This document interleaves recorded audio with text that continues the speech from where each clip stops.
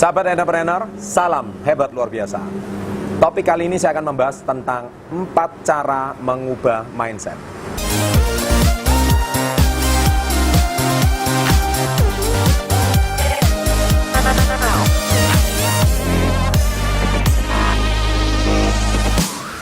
Baik, jadi tentu Anda sudah tonton video-video saya sebelumnya, ya. Video-video saya sebelumnya itu saya seringkali menyentuh kata mindset. Pola pikir. Nah, sekarang pertanyaan saya adalah, bisa nggak saya mengubah pola pikir saya? Bisa nggak saya ini berubah? Bisa nggak saya ini mengubah pola pikir saya yang sudah tertanam puluhan tahun? Saya katakan bisa. Kuncinya satu, Anda harus mulai saat ini mengubah isi pikiran bawah sadar Anda. Ya, itu jauh lain. Mengubah informasi di pikiran bawah sadar Anda. Karena mindset itu sangat ditentukan oleh pikiran bawah sadar Anda. Ya, jadi bicara soal subconscious mind atau pikiran bawah sadar, hari ini ada 4 cara untuk mengubah informasi pikiran bawah sadar Anda. Yang pertama adalah, hari ini kalau Anda pikiran bawah sadar itu diprogram dari mana? Salah satunya adalah informasi yang Anda baca. Nomor 1. Jadi Anda selama hari ini itu membaca apa? Anda membaca koran, ya, membaca berita gosip, ya. Kemudian Anda menonton berita-berita yang sifatnya negatif, maka itulah isi pikiran bawah sadar Anda. Jadi gimana Anda hari ini tuh mau memiliki pernikahan yang bahagia kalau isinya Anda setiap hari melihat gosip rumah tangganya orang lain miring, rumah tangganya orang lain berantakan. Saya tidak pernah menemukan seseorang yang pernikahannya itu bahagia. Tetapi ketika saya tanya seseorang, apakah definisi pernikahan yang bahagia? Dia tidak ada. Kenapa? Bagi dia pernikahan itu adalah sesuatu yang pasti berantakan. Karena dia melihat orang tuanya cerai. Dia melihat lingkungan kiri kanannya, tetangganya semuanya bercerai. Maka definisi pikiran bawah sadar dia adalah bahwa semua pernikahan adalah pasti gagal. Karena dia tidak punya informasi yang lain di pikiran bawah sadar. Padahal adakah pernikahan bahagia? Banyak sekali. Adakah pernikahan yang sukses? Banyak sekali. Tetapi karena dia tidak mendapatkan informasi itu, maka dia mendefinisikan bahwa semua pernikahan pasti berakhir dengan tidak bahagia. Ini salah satu contoh tentang masalah pernikahan. Ya, begitu juga. Jadi dia merasa, kalau dia seorang wanita adalah dia merasa saya pasti disakiti oleh pria. Ya, pria saya pasti menyakiti saya. Kenapa seperti itu? Karena sejak kecil dia mendapatkan bahwa semua pria adalah brengsek gitu contohnya. Semua pria itu tidak baik. Nah, padahal pria baik banyak nggak? Banyak. Pria yang bertanggung jawab banyak nggak? Banyak. Pria yang mencintai istrinya banyak nggak? Banyak sekali. Ya. Tetapi informasi yang dia dapatkan tidak ada. Ya. Dan dia sehingga merasa dirinya selalu disakiti. Nah, itulah informasi pikiran bawah sadar. Jadi hati-hati. Ya, bahwa hari ini apa yang menjadi definisi Anda di pikiran bawah sadar akan sangat menentukan mindset Anda. Itu yang pertama, ya. Jadi mulai dari sekarang kurangi nonton informasi yang sifatnya negatif. Karena berita-berita itu mengejar traffic, ya. Berita media itu yang penting mengejar jumlah pembaca, jumlah penonton. Dan mereka tidak peduli dengan yang namanya konten negatif atau positif, mereka nggak peduli. Kalau konten negatif bisa menaikkan traffic, maka media itu akan dikejar orang. Dan biasanya kalau prinsip dari media, bad news is a good news. Ya, berita jelek itu adalah berita yang baik. Kenapa? Karena berita jelek itu menaikkan traffic, menaikkan jumlah penonton. Makanya kenapa berita gosip itu rame, ya? Berita rumah tangga orang itu rame, ya. Kenapa itu yang selalu diberitakan? Karena itu bad news is a good news. Ya, saya sendiri kalau nonton acara seperti itu tuh nyaris hampir nggak pernah. Kenapa? Karena saya tidak mau mengotori isi pikiran bawah sadar saya. Isi pikiran bawah sadar saya adalah pernikahan itu harusnya bahagia. Hidup itu harusnya sukses, hidup harusnya sehat. Nah, informasi kata-kata seperti ini, itu selalu saya program di dalam bawah sadar saya. Sehingga saya akan mendapatkan apa isi pikiran bawah sadar saya. Ya, itu yang pertama. Jadi mulai dari sekarang, hati-hati dengan media. Yang kedua, figur. Ya, figur. Apa yang dimaksud dengan figur?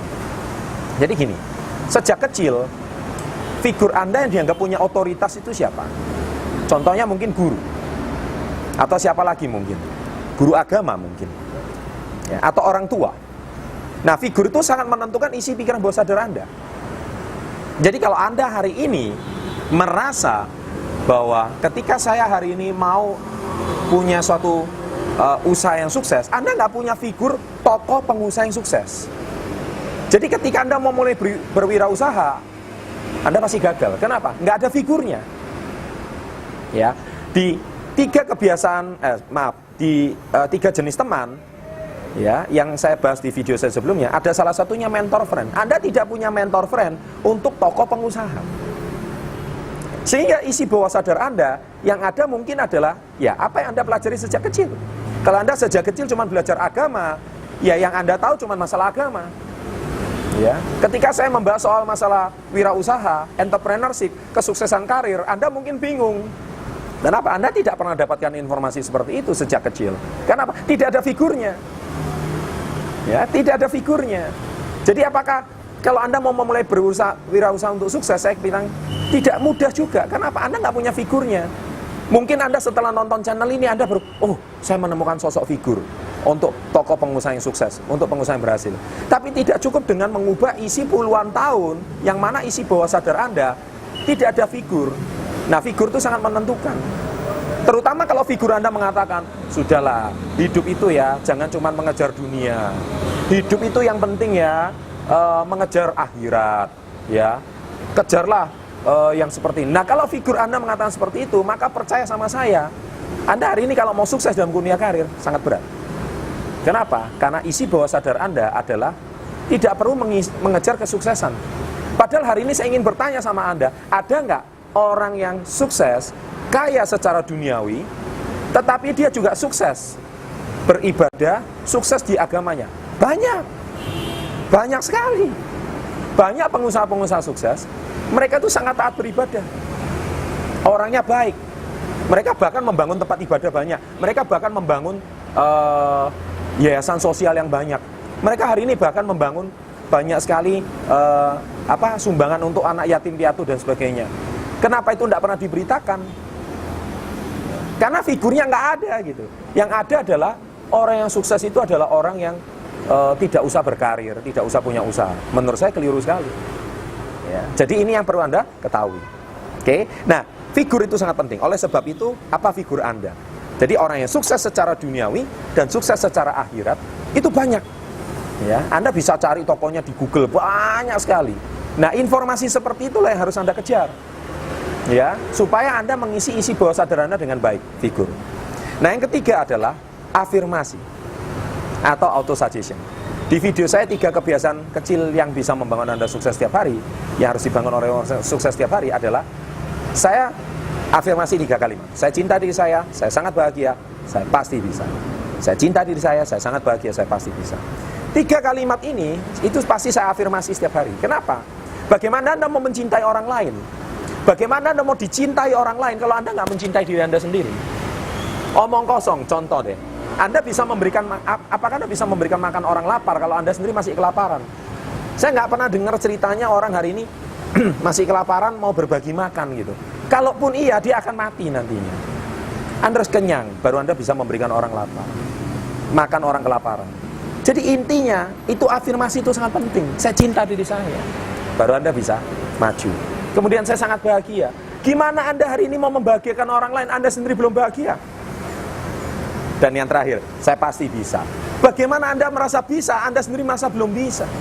Nah, afirmasi ini penting. Nah, afirmasi sebisa mungkin kalimat yang positif. Dan harus pengulangan.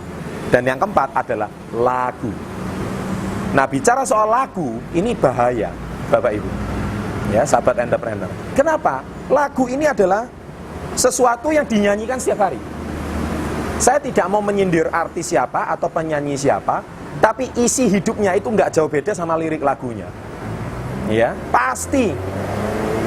Ya, Anda coba perhatikan penyanyi-penyanyi top terkenal. Isi lagunya pasti nggak jauh beda sama kualitas kehidupannya.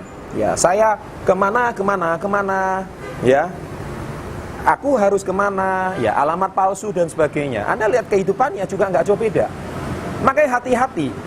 Ya, saya nggak mau nyindir ya siapa artisnya, tetapi yang terpenting adalah hati-hati dengan lagu yang Anda nyanyikan. Nah, kalau saya memilih lagu adalah lagu yang positif.